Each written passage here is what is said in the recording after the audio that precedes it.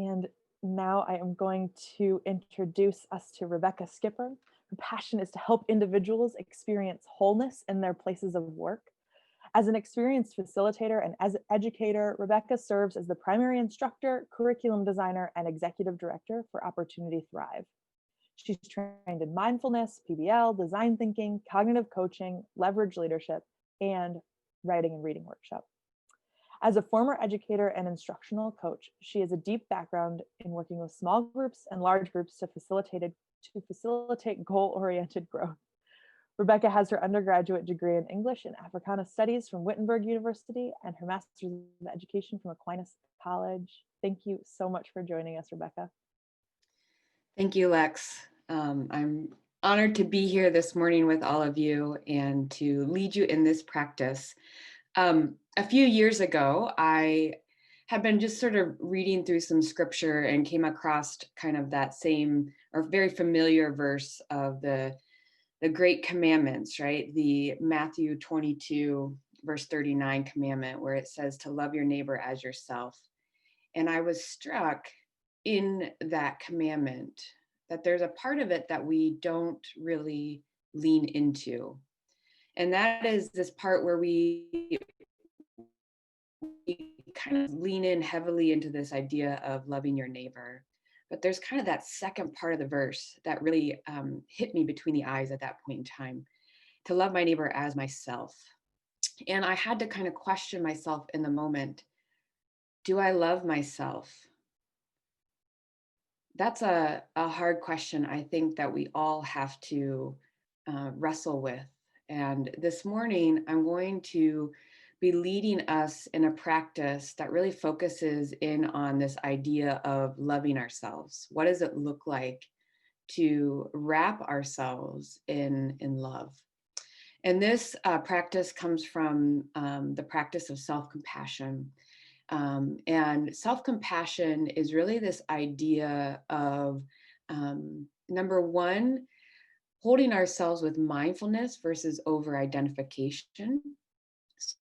So I don't know about any of you, but maybe there are times in your life where you have this emotion and you start to feel like I'm probably going to always have this emotion. So I'm angry, I'm going to always be angry, or I'm sad, I'm probably going to always feel sad.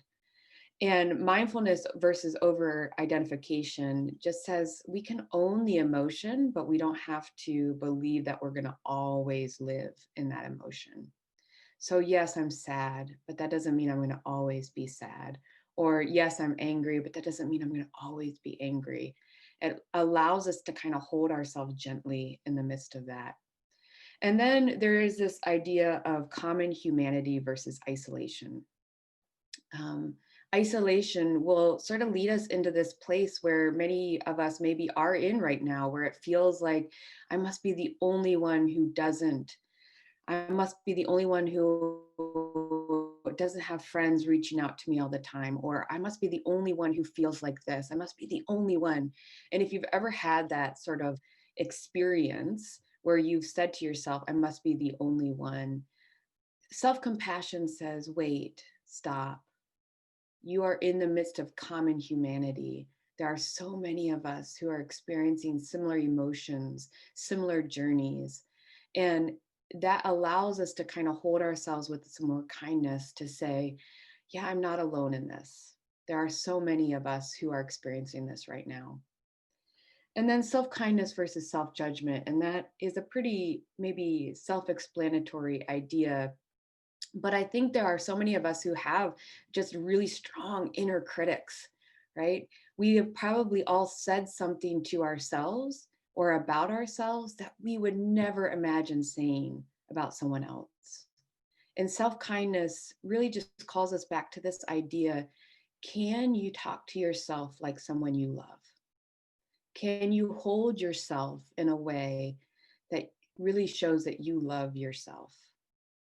Because ultimately, when we think about that Matthew 22 verse, we cannot love our neighbor unless we love ourselves.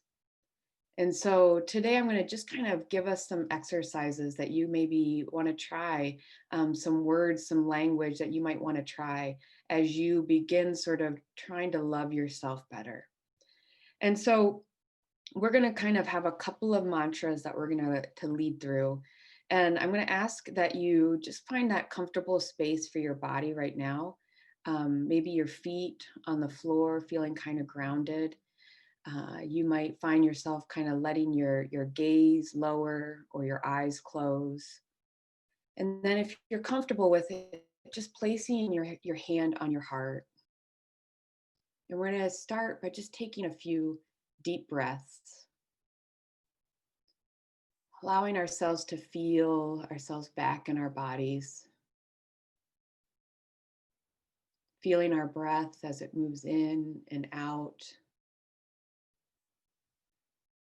noticing for just a moment, what does it feel like to be full of breath?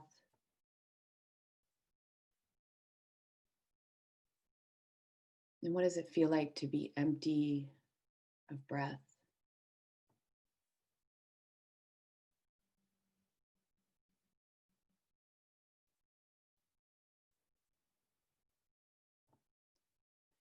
And then I'm going to ask that you bring an image of yourself to your mind. Maybe it's an image of you laughing or smiling.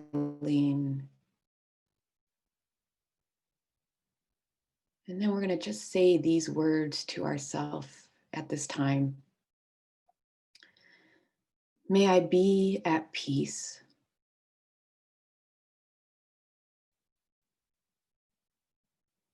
May I know that I am loved.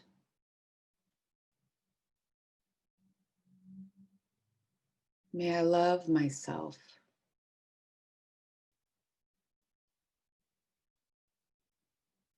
May I be at peace. May I know that I am loved.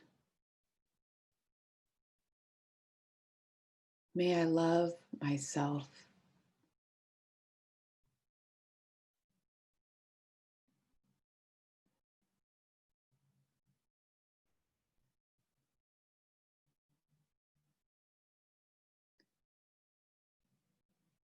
Just allowing yourself as you experience those words to feel the warmth of those words as they sit in your body and in your heart.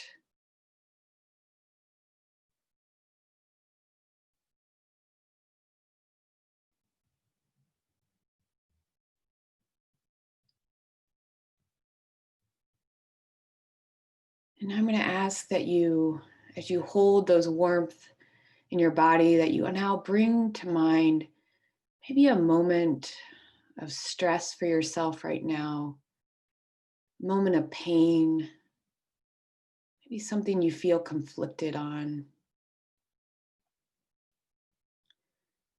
And self-compassion does not ask that we run away from pain or that we pretend that pain is not there. Self-compassion asks us to own and to be present to that pain, but to know that that pain will not always exist. And so as you hold that moment right now in your mind, we're going to speak some other words to it.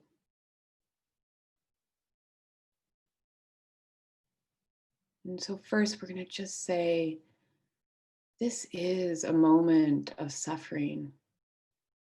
This does hurt.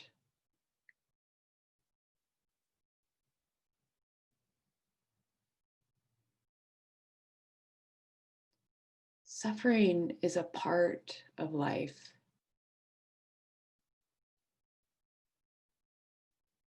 May I be kind to myself.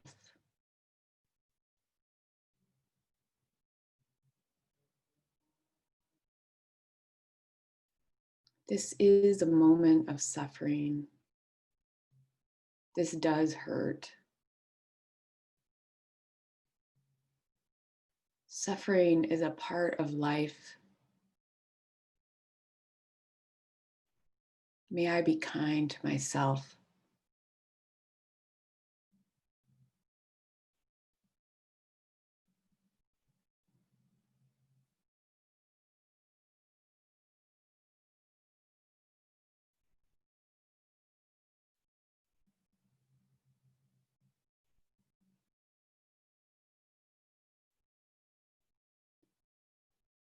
And as you feel those words sink in around this moment, knowing that you are not alone,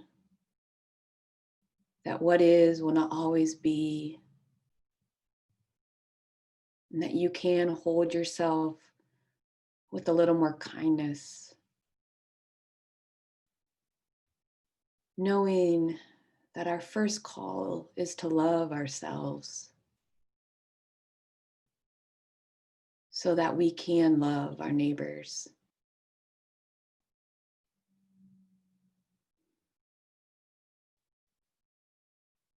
And when you're ready, you can allow yourself to sort of come back into the room where you are, allowing your gaze to kind of reopen and be present back into the space. Thank you for letting me be present with you as we do this practice together. Hopefully, you found this practice to be helpful. The language, again, if you just wanted to jot down what some of the phrases are that you might be able to speak to yourself. The first ones that we went through were, may I be at peace. May I know that I am loved. May I love myself. And then the second phrases were, this is a moment of suffering. This hurts. Suffering is a part of life. May I be kind to myself. And these are phrases that I will speak to myself in the midst of moments where I feel very much like it's a difficult moment where there's pain. And I will kind of speak those things into my life. And then in the morning, right? Instead of the first thing being that we go to the mirror and we judge ourselves or we become more self-critical, trying to speak those words of love into my life first instead of the criticism. And so, my hope for you all is that you will find those moments of self compassion in the midst of everyday journeys.